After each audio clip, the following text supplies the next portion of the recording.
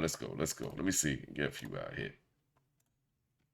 Why Drake? Now, when it comes to Drake and Party Next Door's new collab album, SSS For You, what is clear is that when we look at the performance Drake has given us on this album when the stakes have never been higher, that with all of the pressure on him in this current time, he seemingly didn't think everything he was saying on this record through, and from terrible lines and moments to entire disses where he's messing with the wrong people. Overall, in this time where Drake is trying to change the rules... What we got here?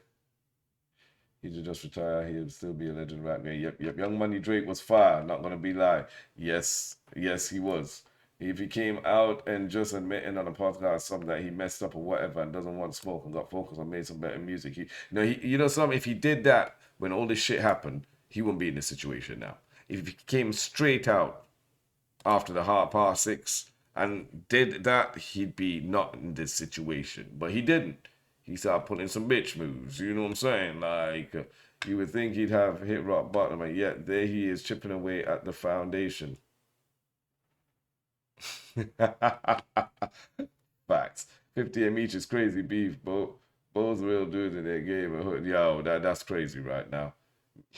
Big Meech come out here and mess up his son's acting career here just to be pals with Rick Ross, knowing that 50 is in beef with him. Come on, man. I had to see Pat saying it over. Yo, it's crazy. That's rap beef in the worst way possible with his suit because he is sad that he lost to Kendrick Lamar and Not Like Us in their beef. For some reason, despite the victim role he is playing to try and convince people there, he is still sneak dissing within the same way he always had here at not just people like Joe Budden, but also, and even after losing and being taught every single lesson possible, at Kendrick Lamar once again. And with what Drake says to Kendrick on this album, it's really some of the worst disses he has ever thrown out. And what's already clear is that from Kendrick to other people he is still trying to beef with, that Drake's moves here are not going to end well for him. And now, before we go any further into this, be sure to leave a like and subscribe, and really, it's more important to do these than ever because the Drake fans are getting mad at me and they don't want you to hear this because after all, I am telling the truth. So really, press that like and subscribe button. And so now with Drake, when we look at this entire album, while the record is of course making a lot of noise right now because And if you're a Drake stan or Drake fan, hey, please feel free to watch my reaction. Comment below. Tell me how crap my reaction was. Let me know how much I'm a Kendrick whatever and da-da-da-da-da. Hey, write it below. Help me out with the algorithm. Y'all don't realize you helping me out. I appreciate it. You know what I'm saying? Shit. Everyone is interested in seeing just how low Drake has fallen in this era, which in of itself, I think before Drake fans want to run around and say that he's back, they have to realize that and also consider that in this era, most of the time music like this rises up unless it is something that is truly quality driven like Kendrick Lamar's GNX, it is never gonna last. As overall, the music Drake has given us is not seeming to resonate with people outside of his sad fan base who is so desperate for anything. As to quote Kendrick Lamar, the effort he made here is not enough. And really, one of the main reasons why this is due to the fact that on the most basic and fundamental level, Drake did not even create a consistent performance here in terms of the message and version of himself that he wants to bring out to the world, because on this record, what he is doing is now solidifying why hip-hop heads are over him entirely, because on part of the album, he's trying to play that victim card once again like he has ever since he lost to Kendrick Lamar in their beef, but then on the other side of things, Give me a hug. What's the first thing come to your mind when somebody comes out with something about give me a hug? Man, you playing a victim, bro. You playing a victim. Man, give me a hug. I'm so sad. I've lost this battle. Yeah, let me stop right there. I was about to say something, let me not. But you know what I'm saying? Like, bro, you playing a victim right now. Give me a hug. It's like Puff Daddy telling motherfuckers to take them shopping. What did he just say? Say that again? Man, grown man come watch me and tell him about give me a hug, yeah? And you ain't my cousin, my brother, my kids. Yeah, bro, bro, you alright? Like, what you playing? Like, seriously, you playing victim or something? Something's alright with you? Like, come on now. Like, you can't be down that bad. You sounding sad, real sad. Give me a hug. Get out of here, bro.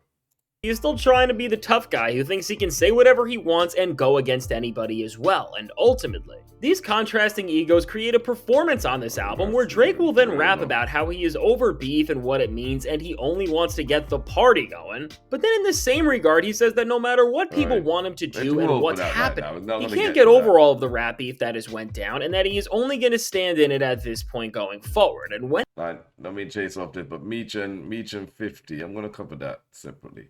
Yeah, but they're too old for that right now. You know what I'm saying? They're too old for that right now. They need to lay low and keep themselves. Meech right now, like, bless him, he's done his stuff, but there's a lot of stuff coming out right now that could tarnish things, you know what I mean?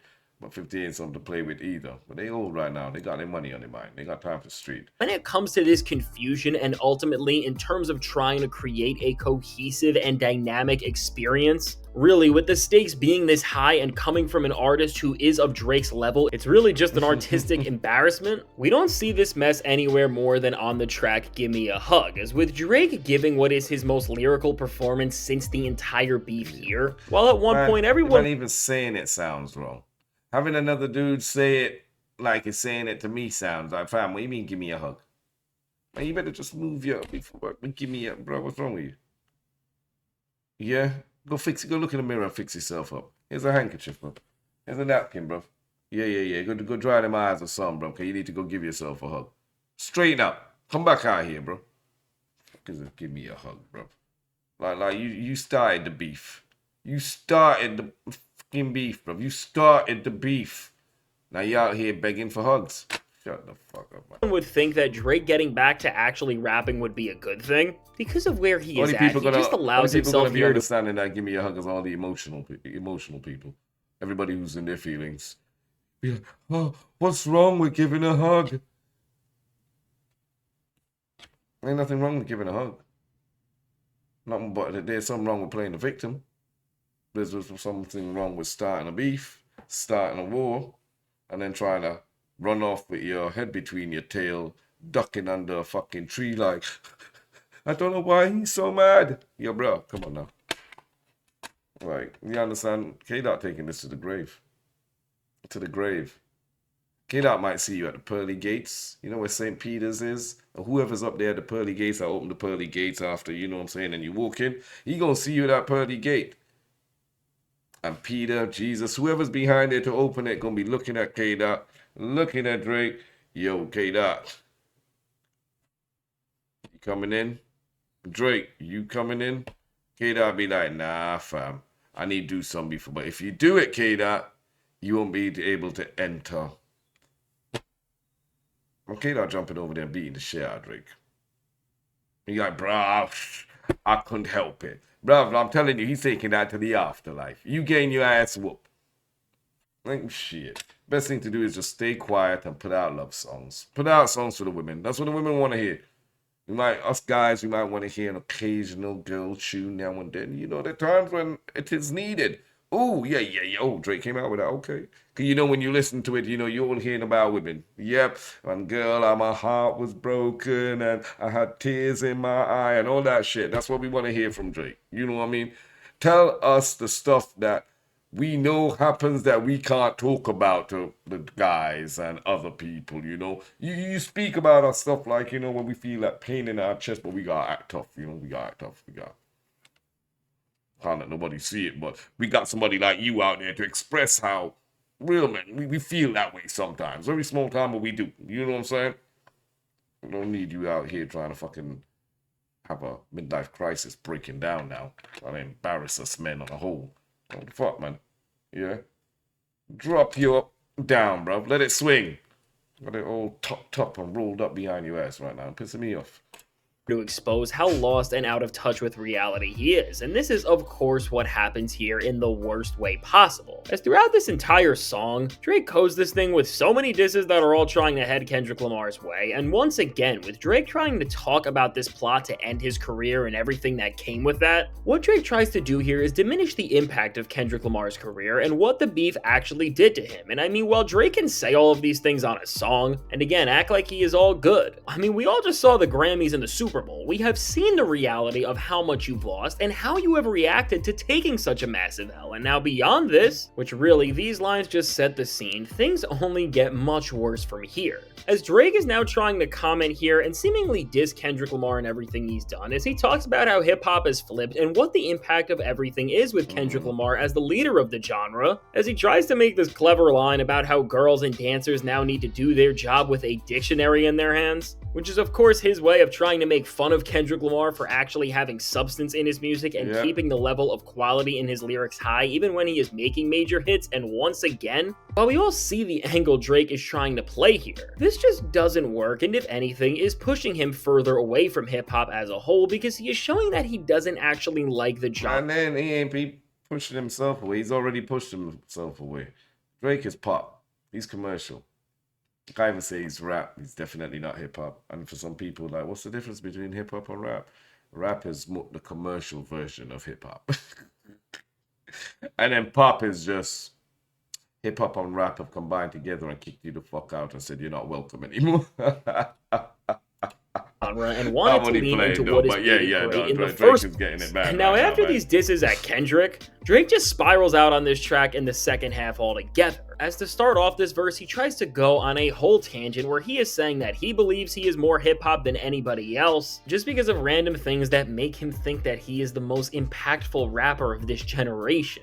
And again, even if Drake is right about all the experiences he is talking about here, nobody who loves hip-hop and wants to see it in the best place possible would ever bring paperwork into rap beef, and especially when on this same track you are now dissing people and trying to be tough. Which really just makes you look terrible, because Drake contradicts what he's trying to win over with his claims about Not Like Us, as he is just escalating more beef on this song beyond Kendrick, as he also disses Joe Budden by name-dropping one of his co-hosts, Melissa Ford, as he says that he doesn't like seeing her next. I ain't said nothing about that. I wasn't going to say nothing about that. I wasn't even going to bring it up. You know what I'm saying? Yeah, because as I heard Melissa Ford, I was just like, man.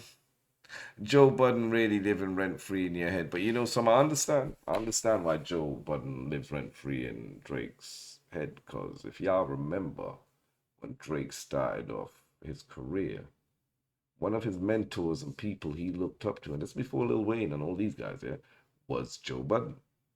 A lot of people don't know this. A few people do. But one of the guys that help create or help mold Drake, and not doing it personally, or that's Drake listening to them, was Joe Budden. Drake sounded like fucking Joe Budden in the beginning of his career. I'll never forget that. When Drake first came out, there are certain tunes that I was like, yo, bro, why are you sounding like Joe Budden? And then one time there's a little clip where Joe Budden and him met each other and they were talking, and Drake was like, oh, bruv, nah, it's so good to meet you. Like you don't even know, like, it's an honor. And Joe was like, bruv, get the fuck out of here. Stop playing with me. And Drake was like, nah, bruv, I'm not even joking. You don't even know how much I used to listen to your music. And he was like a fanboy, which was kind of great to see. You know what I mean? I have no shame in nobody, you know, showing homage to another person. Fuck all this masculinity. And nah, I'll show you homage. I read that clip I liked it. Yeah. But then, as I'm saying, he literally, his whole style was based on Joe Budden. And I think because he never got Joe Budden's approval, the one person like he did look up to, he just turned around and started hating like a motherfucker. And never, ever forgave Joe. And then Joe came, and Joe was really the first guy who started dissing Drake. He kind of laid the blueprint for everybody else who came after and dissed Drake. Pusha T, Kendrick Lamar, who else? Meek. Man, Joe Budden was the one who set that blueprint. And them disses, I remember, I think one, but he did do a couple. Drake never replied to them. Because back then, Drake knew he didn't really go in at no lyrical back and forth with Joe. He grew up listening to Joe. He knew he didn't want none of that smoke. He said a few things in a few songs, which was his way of acknowledging and accepting. He tried to play like he was too big for him. But the mere fact you've accepted and acknowledged and spoken about Joe in your song shows that, well, it's fair game. So But now you trying to go at Joe through Melissa Ford, man. That's a bitch move. That's a bitch move. That is a bitch move. You know what I'm saying? Now, come on, because she's from Canada. She ain't even fucking with you.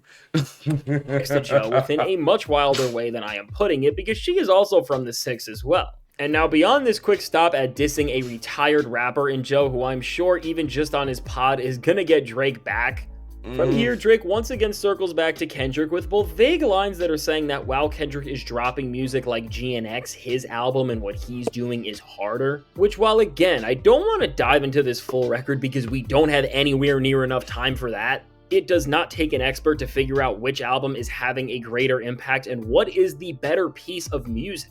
And now while on this record, Drake spirals out even more about how he is back and tries to play this new tough guy role, although of course we all know he is not the guy who he thinks he is, and that in actuality everybody thinks he's the opposite. On the rest of this album and through the entire rollout from Drake so far, he has continued to try and just step on Kendrick Lamar and everything he is doing, and once again, deliver a winning diss and response all of these months after the musical back and forth has been over, and Kendrick's win and his impact has never been greater. We see just how desperate Drake gets most prominently later on this album, when Drake says the lines, "We're not like them and they're not like us." And I mean, with Drake saying the words of the song that ended his career, while he thinks that this is clever and that by saying this he is pushing back on everything Kendrick has done to him and is somehow getting ahead of the joke, I mean, beyond the song being out for months, it's almost a diamond record, and it has become a cultural staple bigger than any other rap song has been in years, and so no little line that addresses this thing is ever going to be able to take away the facts of everything it has done to you. And especially for Drake, when leading up to this, all he has talked about on this record is the sad lifestyle he lives, where he just can't grow up and he is stuck around all of the most superficial and dull things possible. Which again, at this point with where Drake is at,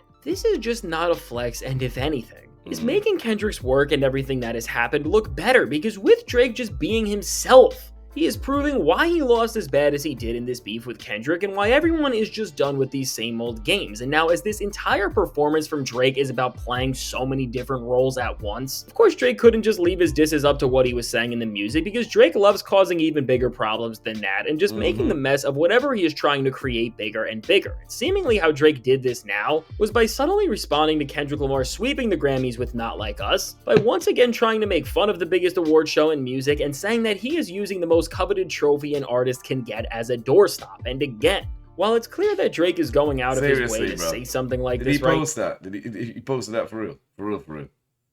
The boy is sad, bro.